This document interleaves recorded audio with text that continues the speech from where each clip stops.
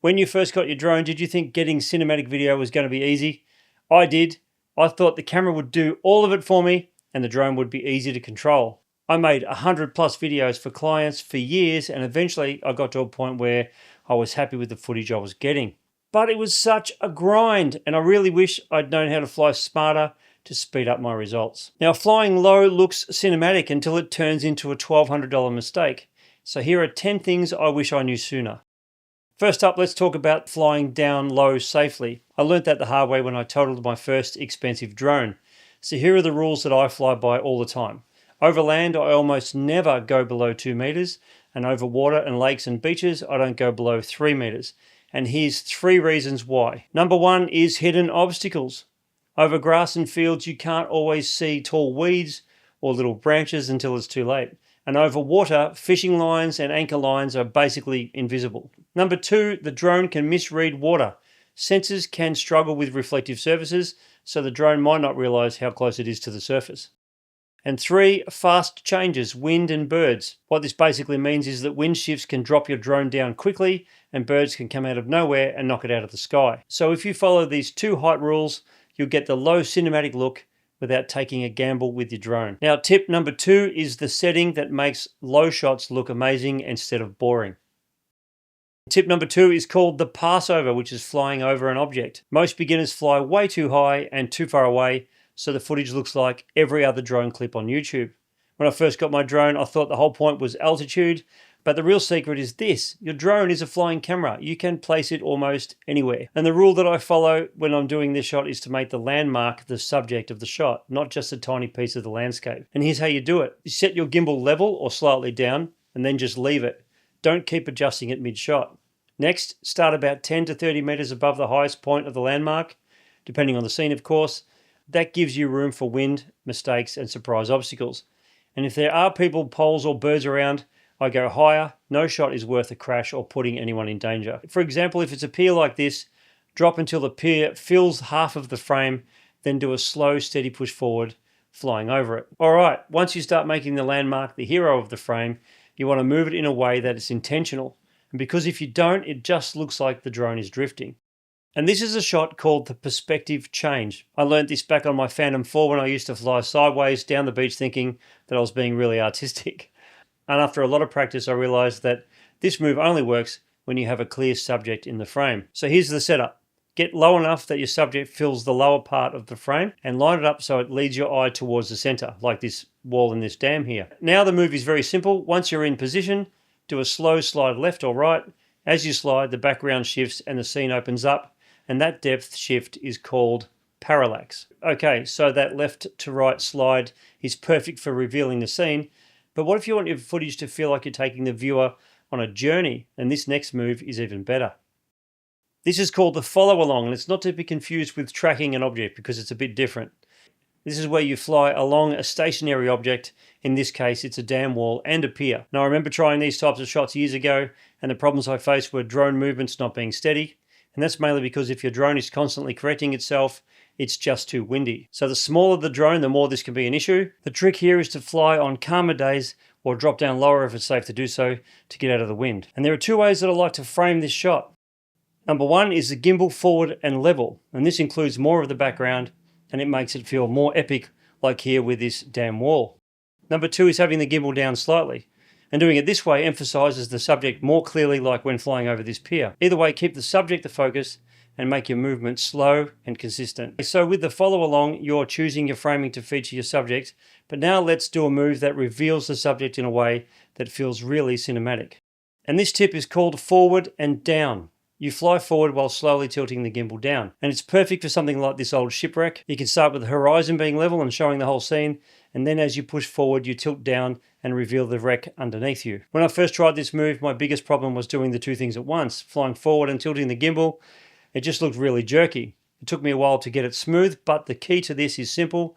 Fly gently and be even gentler on the gimbal wheel. The beauty of this shot is you see the whole scene first, and then it gradually pulls your attention down onto the subject. And if you're finding doing this is too much all at once, fly forward. Fly forward for 2 seconds first, then start the gimbal tilt. Now that you can reveal a subject smoothly, the next move is one of my favorites for cinematic depth, but you've got to do it safely. This is called the low orbit. And when you first orbit manually, you'll usually be too high, too fast, or too far away, and that's totally normal. Most people learn orbits up high first, and you should, but low orbits are where the shot gets really interesting. Aim for slow speed, constant distance from the subject, and a steady altitude. That's what keeps an orbit looking smooth. In this shot, I kept my subject on the pier slightly left of center, and as I orbit low, yes, very close to the mud, the background opens up and reveals more of the landscape behind him. Now, quick safety note, I'm lower than my usual 3 meter over water rule here, but it was a controlled situation. No wind, no waves, no birds, and I knew the area was clear of lines and obstacles.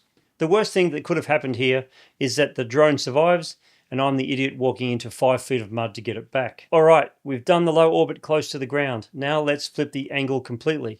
Tip number 7 is the top-down spin. Now, I personally love these shots. I used to do top-down clips all the time. But then I thought, what if I rotate with an object as it moves through the frame? That's when it feels like you're right in the action. And the biggest mistake people make is starting up way too high. I did it too, and I realized getting closer to the car makes this move way more interesting. And it's easy. Point the gimbal straight down, start with the car framed where you want it, then slowly yaw the drone so the car stays longer in the frame while the road and scenery rotate around it. You're basically just turning the drone on the spot. I only do this where you can fly legally and safely.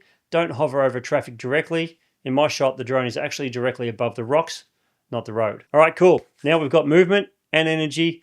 Tip number 8 is one of the simplest cinematic moves ever, the reverse reveal. When you're a beginner, the biggest mistake with this move is doing it without knowing what's behind you. I learned that the hard way. A while back, I was doing this exact shot with a drone that didn't have obstacle avoidance, and I flew it straight into a tree. Not pretty. So here's the safe way to do a reverse reveal. First up, line up and frame your subject. Second, do a quick check behind you. So if you have to turn the drone around a bit to have a look or climb a bit to see what's behind you, make sure your path is clear. Then realign for your shot and fly backward at a steady, slow pace. This place is called Long Jetty in Victoria, Australia, and the reason this shot works so well is it just keeps opening up the scene. You think it's a normal jetty, and then it just gets longer and longer, and you start to feel the scale of the whole location. All right, now we've opened up the scene with the reverse reveal. Let's add some depth and make the viewer feel like they're actually flying through the location.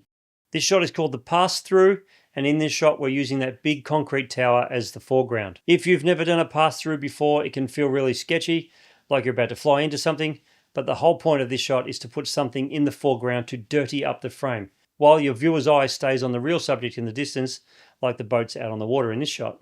And just so you know, it probably looks like I'm inches away from this tower, but I'm actually a safe distance away. The wide-angle lens makes everything look way closer than it actually is. But always think safety first, plan the shot, make sure you've got enough room to fly past or through something, and keep your drone in sight. Also, obstacle avoidance can sometimes fight you near objects. If you're experienced and you've confirmed your clearance, you can disable it, but don't do that unless you're totally confident.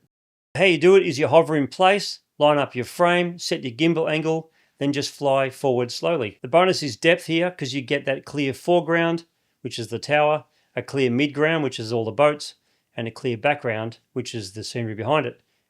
And that's what makes the shot feel more cinematic instead of boring. Now you've got the pass-through down, let's level it up by combining some moves. Tip number 10 is a combo shot. It's the perspective change plus the pass-through shot as well. Watch what happens when I fly through this pier railing, for instance. The tough thing about this kind of shot is you're combining a sideways perspective change with close foreground objects. So there is a real chance of crashing. I've damaged a few drones myself. What helped me avoid wrecking expensive drones was practicing with something smaller and more forgiving, like a DJI Neo with prop guards. Not so you can smash into stuff on purpose, but because if you make a small mistake, it's way less likely to end your day. And these things are a great way to build your confidence because they are very forgiving. So how you do this shot is pretty simple. You line up your subject to get it exactly how you want. Make sure you've got real clearance through the railing in this case, and then do it on a low wind day. You don't want any wind when you're doing these types of shots. Then move sideways slowly, keep your speed consistent, and try not to rotate the drone. In this shot, I actually used a larger drone, which was this one, a DJI Air 3S, and I'm just threading it through the railing. I also did the exact same move underneath the pier for an even more dramatic foreground. If this video was helpful and you want to go deeper with cinematic drone footage, watch this video next. 5 shots that make drone video look like a movie, even on a budget, especially shot number 3, because it's the easier way to make your video look cinematic. Thanks for watching.